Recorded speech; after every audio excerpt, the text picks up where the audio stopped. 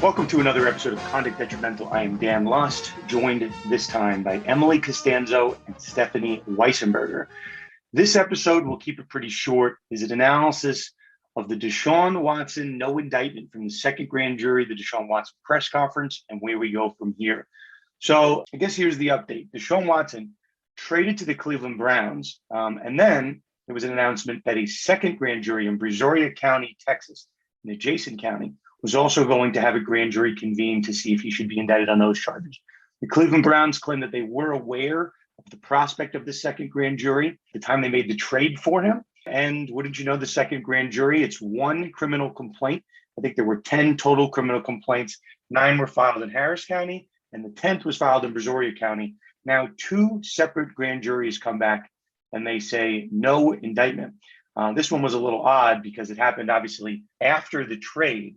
So the Browns either made the biggest gamble in the history of the NFL with that trade, or they had some inside information, from the prosecutor's office. I'm not sure where, but the entire time, gang, Rusty Hardin has invited the grand jury. He said, we welcome it. So either this guy was bluffing, and he just was lying and got lucky, or he knew the whole time what the result was going to be and has some ace up his sleeve. So Steph, let's start with you. What are your overall thoughts on the outcome of the indictment? We'll stay there for now because I have other thoughts in the press conference. But what are your thoughts on the no indictment being returned? Yeah, I think it definitely prompts some questions again into the situation, just knowing that there are still 22 civil complaints out there. Just because he didn't get charged criminally doesn't mean that he is not going to face some sort of punishment civilly. And also the NFL still is able to, suspend him. And I think that even though he missed the entirety of last year, pretty much based on his own will, it's not like the NFL actually suspended him. That was more of the Texans' decision. I'm very surprised and disappointed in the NFL that they still have yet to really address this whole situation. At least with the MLB, we'll talk about that. Trevor Bauer, he was suspended almost immediately. And Rob Manfred might be one of the worst of all time, but he did a hell of a lot better than Roger Goodell did in terms of dealing with such serious allegations like this. And so after another, second indictment coming back, he's not getting indicted.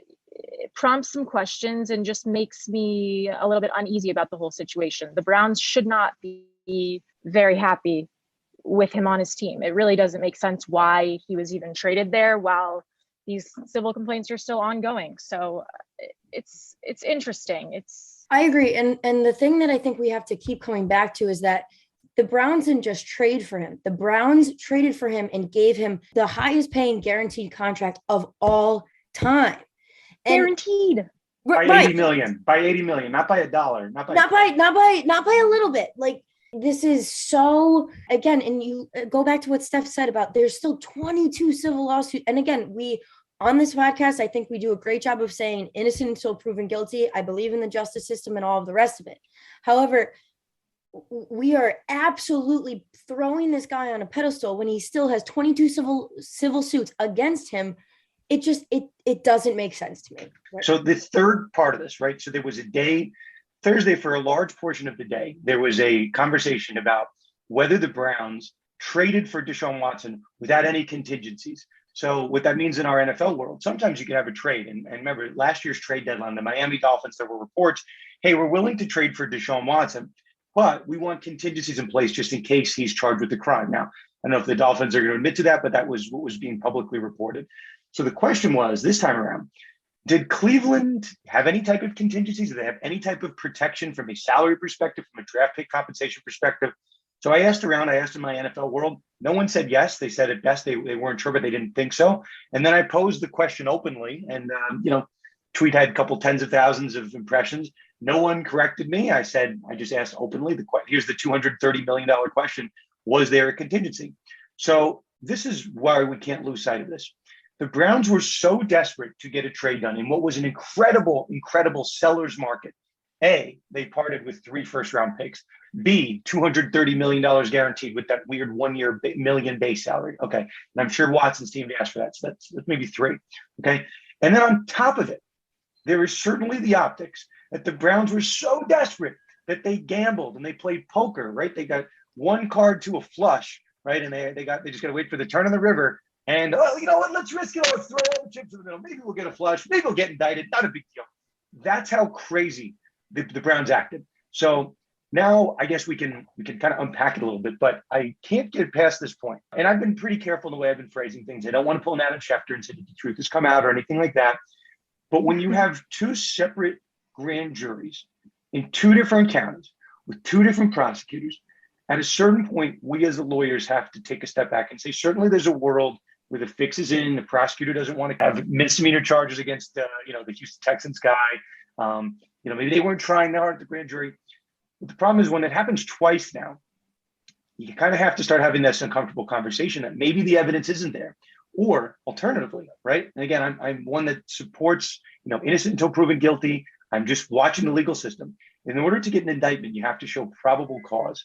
And unless you're a big conspiracy theorist, which, it's not the first time it's happened, but, you have to start saying, is it possible that Deshaun Watson has some type of smoking gun that, is being presented somehow to these grand juries? The defense is submitting some type of packet, and he's getting off on these time and time again. Remember, Steph, I remember I was with you in the office when we were talking about this, that there was a conversation early on, I don't know whether they rephrase it, but that this was being positioned as a case for settlement early on, aggressive settlement. Maybe that's what's being presented to the grand jury. I'm not sure, but certainly the prosecutor doesn't have an obligation to show both sides of the case. Maybe that's what they're doing. Maybe they're not, but it's hard to get around the fact that now a second grand jury has returned no indictment. I'll give it Steph, whoever wants to take it. Real quick, going back to settlement prospect, it does prompt the question, the insanely high contract value.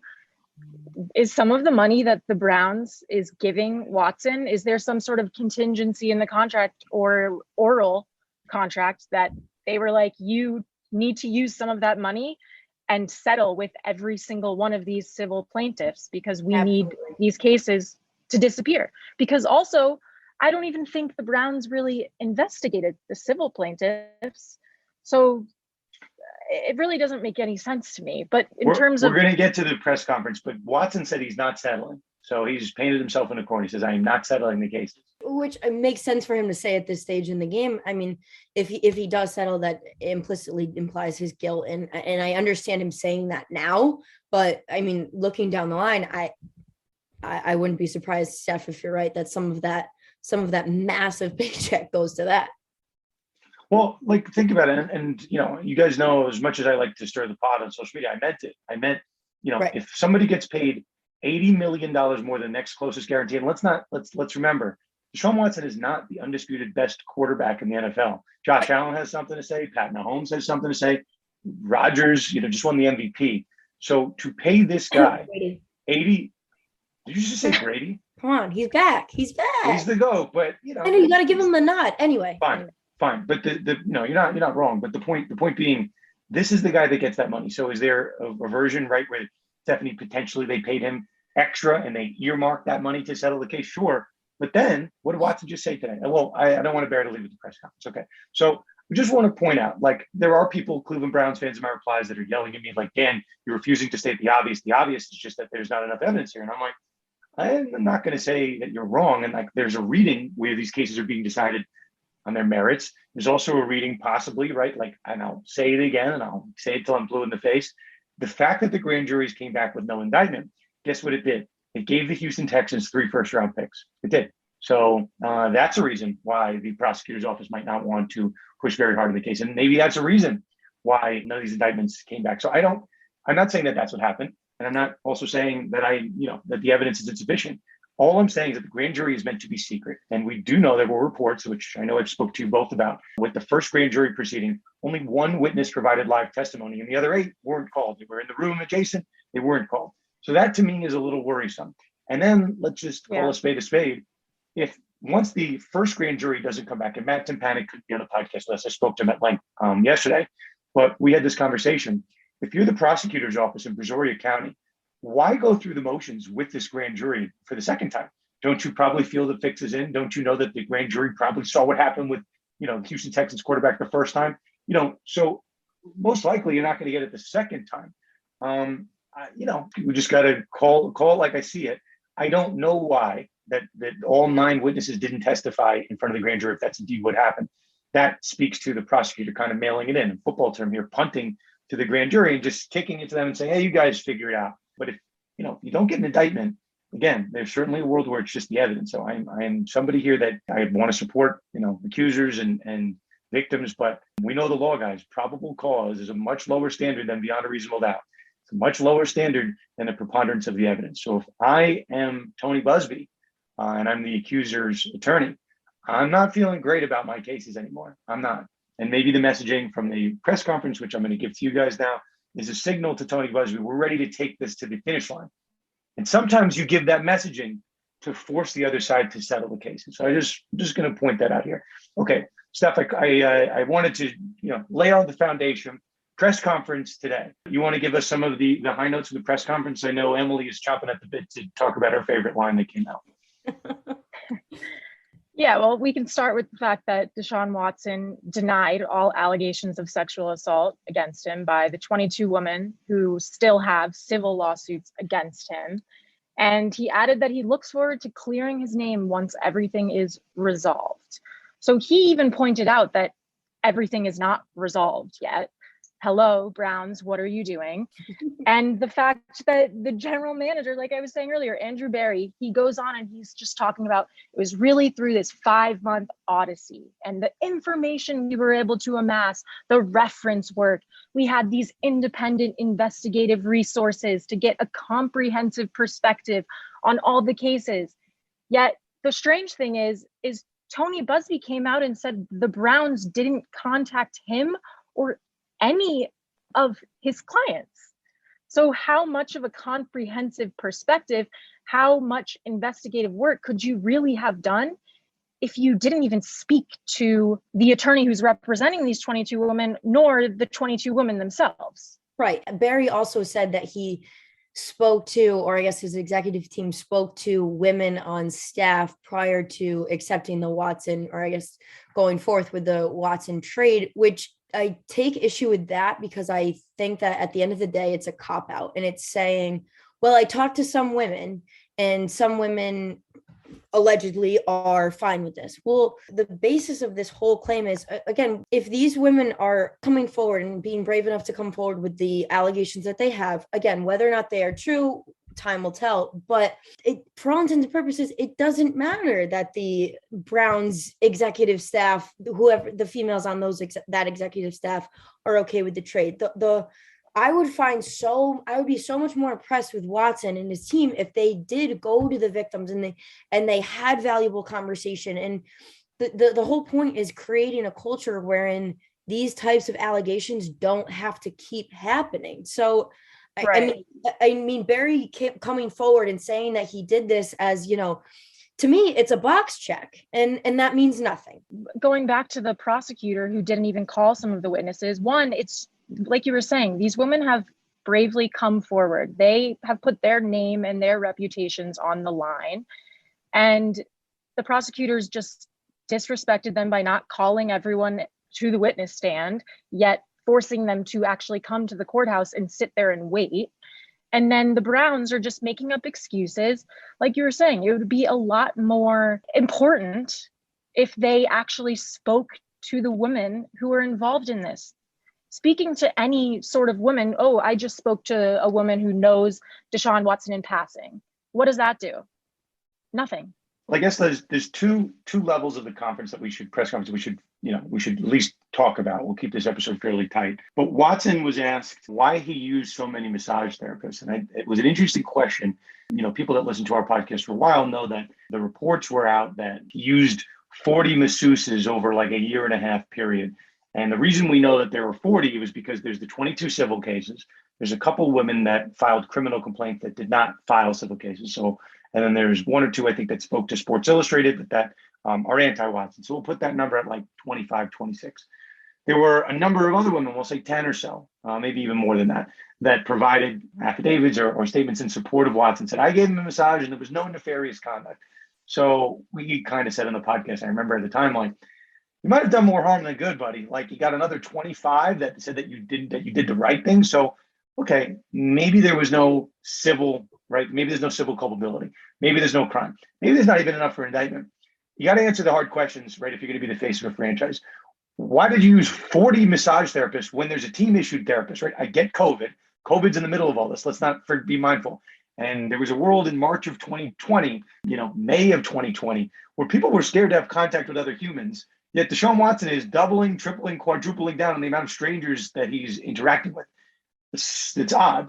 So can't maybe not necessarily crime occurred, just it's not necessarily typical activity. So Watson said today that social media, quote, that social media, I'm paraphrasing, factors into why he used so many massage therapists, but he can't get into too much detail with legal proceedings still ongoing. That's an answer that is troublesome, problematic, curious. I don't know what you want to say. There's no real explanation for it. So the direct quote was, I can't really get into that for legal reasons, but I will say that nowadays there is social media. I have no clue what that means. I can guarantee that he was prepped on that particular question. And I don't know, he failed on that question. I don't know. I mean, I don't know. No one has to answer this, but I found that answer to be problematic to the optics, to the PR signing aspect. I agree with everything you just said. There's so much of what he's saying that's going in one ear and out the other. So yes, there's social media. What is that? I don't want to sound like I don't believe him, but I think that's just a meaningless point. I don't want to sound like I don't believe him, but I don't believe him. I'm gonna right. Okay, as soon as you hear the but, yeah. Okay, so I got one more for you. Now, Emily, I'm going to give this to you. This is the reason I wanted to have you guys on the podcast. Mm-hmm. Deshaun Watson, okay? This is, again, we've gone over this, but if you're coming to a new, you missed the episode we did with Tim Panic. There are 4 teams in the running for Watson, okay? It's the Falcons, it's the Saints, it's the Panthers, it's the Browns. And they're giving their various pitches, they're giving their various trade proposals, whatever it is. The Texans have apparently approved of all 4 teams' trade proposals. So it's just a matter of Watson picking a team. Texans don't care how much money Watson gets paid. Okay, whatever. So they're down to 4. Okay. Watson's camp calls the Browns. You guys are out. So the Browns, they have their whole nonsense with Baker. He calls the Panthers. You guys are out. So keep that in mind. The optics are that the Browns did something to come back over the top and win Watson over because it was down to 2. And those 2 weren't the Browns. So Watson today was asked at his press conference about how the $230 million contract, fully guaranteed contract, factored into why he chose the Browns. Watson's response, he says he didn't even know about the contract offer until he decided on choosing Cleveland. Yeah, Watson's not under oath. He's not under oath here, guys. We're not going to have a perjury. I'm not too sure about that. This is like saying I went to the highest scale steak restaurant, but I thought they served French fries and chicken tenders. Like what? It logically, everything aside, it makes no sense because again, we're not talking about, a dollar over the max amount that has been offered in the NFL. $80 million more, and you're saying you had no idea after, like Dan, like you said, having already, tossed the Browns to the side. Oh, come on. Him saying things like that just automatically call into question his credibility for the entire thing. Do you want to laugh? So you guys both know I made the joke. I'm like, I'll take things that didn't happen for $500. Well, I'll give them credit where credit's due. Friend of the show, Chris DiGiovanni, he responds and he writes, Dan, I feel like you were truly undervaluing the charming and picturesque setting that is Cleveland. I'm like, that's it. He just thought long and hard to himself. And he's like, right. I know Cleveland's not offering me as much money, but I think Cleveland is so beautiful. Except Watson's on the record as saying he didn't want to go to a cold weather city. So, Emily, you are 1,000,000% right.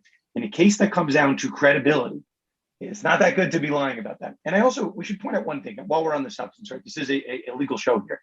I think the Browns look like complete buffoons. I do, because this is a case that comes down to a he said, she said case. Guess who the Browns didn't speak to? She. They spoke to he. Exactly. 50%. 50% they didn't speak. They didn't speak to them. So you can tell me all you want. We did our due diligence. We're great. We're the Browns. How about this, right? Why don't you just be honest with us? You didn't do your due diligence, right? You didn't speak to their side, and they're claiming today at the press conference, we didn't want to interfere with the criminal investigation. Here's the part that no one talks about, right?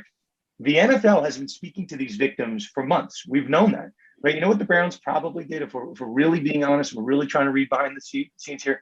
they probably read the statements and the interviews that the NFL took with these victims, and they made a decision. So it's not really true that they didn't speak with the victims, but it's not really a good look that you didn't speak with Tony Busby. I'm not sure why you didn't. I'm not sure why that would necessarily interfere with the criminal investigation. But guys, at the end of the day, a decision was made by ownership, by Jimmy Haslam, to make the decision to take this gamble. We're going to put the face of our franchise in with Watson. Again, we are on record on this podcast. It's okay that Watson can play, but let's just be honest what we're doing here. Let's be honest that we're taking a risk on a player who's very talented with a, not the cleanest image. Browns are saying, we did our due diligence, 22 women are lying. That's what they're telling you. So, I put the blame on Jimmy Haslam. I'm not going to necessarily put the blame on the GM, but Steph, I know you saw this. What do you think about the owners not showing up, not being there to answer the hard-hitting questions? That's exactly what I was about to say when you were talking about ownership. I think that it is disrespectful and honestly just shows the type of non-investigation that they put on. They don't want to face these questions. They do not want to deal with the fallout of their actions. And that seems to be a recurring trend throughout this entire case. Deshaun Watson tried to settle with one of the plaintiffs early on. He's still trying to settle. It's just deny, deny, deny. And the owners, the fact that they didn't show up is absolutely ridiculous. Kimberly They were Martin from unavailable. ESPN. They had a scheduling conflict. That's what it was. They had to hit a tea time. That's what it was, I'm sure.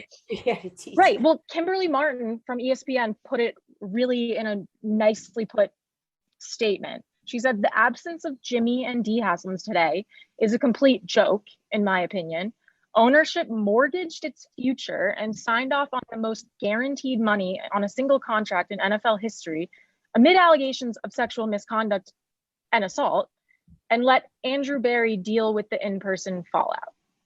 At least own up to it and be a man and stand up at this press conference and defend the player that you just gave that much money to, fully guaranteed, while he still has 22 sexual misconduct lawsuits against him.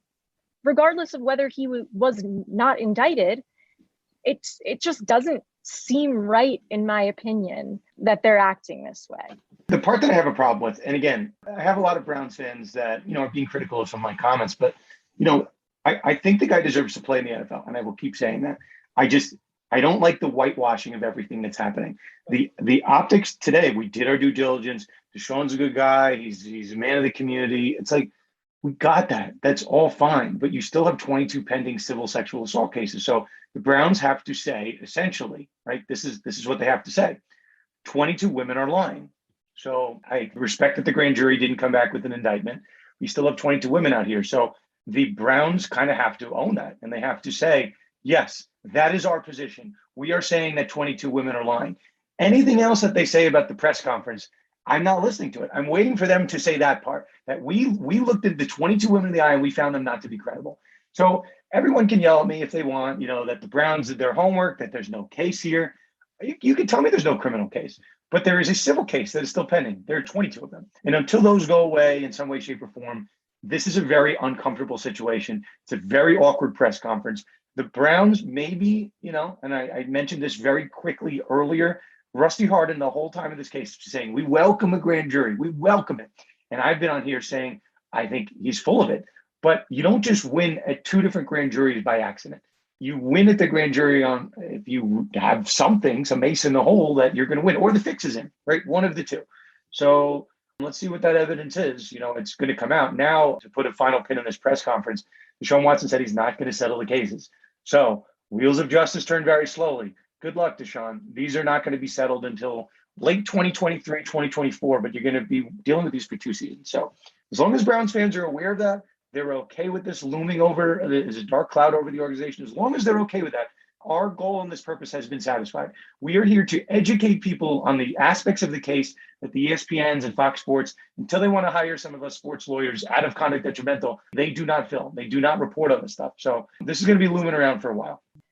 Can I just say something before we finish? Some people are forgetting that this Browns organization was literally fighting for a single win not too long ago. They were arguably the worst NFL team for many, many, many years. And so I'm not too surprised that they're seemingly botching this entire Deshaun Watson situation also. And tough luck if it doesn't work out for them. I mean, I agree with what Steph just said, and the glimmer of success that they found is arguably at the hands of Baker Mayfield, and they're being very quick to cast him aside. So overall, I wasn't a Browns fan, and I'm not going to be one. I'm hearing reports that Browns fans are canceling season tickets. Not a good scene over in Cleveland. I wish all of our friends in Cleveland, we have a bunch of them between our friends over at the Cleveland Guardians roller derby team. I don't think we have any friends in the Cleveland baseball organization, but shocker that a Cleveland professional sports organization botching the PR around this. So, Steph, I got to bring in Mike here. He's been listening in the background. We got to do some business. We got to talk some sponsors. A reminder that our podcast now has a second sponsor, Underdog Fantasy. NBA playoffs are around the corner. They have best ball, NFL best ball for season-long fantasy. We just missed their March Madness special. They had a bunch of deals when the Cougars played. They boosted those odds, Houston Cougars, who fell to Villanova. So if you want to check out our sponsored fantasy site, we are now all things Underdog. Our promo code is Conduct over there. Refer a friend bonuses. And we're all friends over here at Conduct Detrimental. So certainly check out Underdog Fantasy. And that reminds me, Mike, we've had our March Madness pool. The Conduct Detrimental March Madness pool is in full swing as we enter the Final Four. You ready for this, Mike? I'm ready. Micah, the Woomeister, is in first place. He's got Duke as the champ. Mark Dudzik, he's actually a good friend of my brother's. He got Villanova to win it all. And Chip Manouche, who another actually fantasy baseball friend of mine. So I actually know the top three. He has Auburn winning also. He's not going to win, but certainly gets a shout out. Those are our top three. We got some Nebraska people, but we had a good showing here, Mike. 150 people sign up. Winner, again, gets to be on the podcast. It's a little bit of an interview segment. Rest assured, Mike, you and I are not winning this pool anymore. No, I did not have a chance. I had Gonzaga in this one. And as I went back and looked at my bracket, I don't understand why, but this was the worst bracket I created. I created about 6 that I had in a bunch of different pools.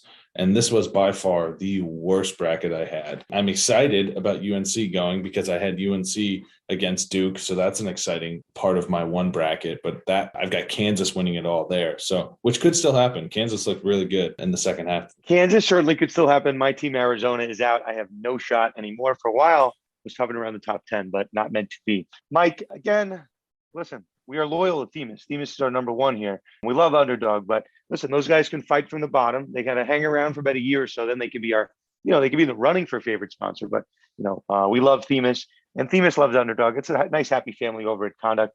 Those guys at Themis are sponsoring the UVA softball tournament. We had Hunter Bedard on last week talking a lot of smack. We had the UVA official softball account now clapping back at U of F. Listen, I think it's too late to sign up for UVA, but those guys, I think they have 50 teams from 35 schools across the country. If you do not know what the UVA softball invitational tournament is, you should now if you listen to the last episode. But I spoke to them, and it's too late for me now. I'm going to be away on business next week. But next year, rest assured, New York Law School will send a team, and I will be there live in the dugout coaching. Okay, see my voice, see how it's going now? It's from a lot of screaming. I will have no voice at the end of next year's competition, but I will be there. Mike, you're going to go coach Syracuse? Can I get a guarantee from you? Oh, wow. I would love that. I'm a veteran. I played with Syracuse for 1 year. I was supposed to go my 3L year, but COVID canceled it. And then they canceled the one after that too in 2021. So it's exciting that this is the first year back in a couple of years. It's a great tournament, and I would love to come coach with Syracuse. Let us see, Mike. We'll see what the next year holds for us, but certainly it's great to have the competition back. So we will put this episode in the books. Dan Wallach is at Wallach Legal, myself at Sports Law Lust. You can find Emily and Stephanie on TikTok together at Sports Law. For everyone at Conduct Detrimental, we are continuing to report on the story as it comes in. Obviously, stay tuned. And yeah, that'll put this in the books. We will see everyone next time on another episode of Conduct Detrimental.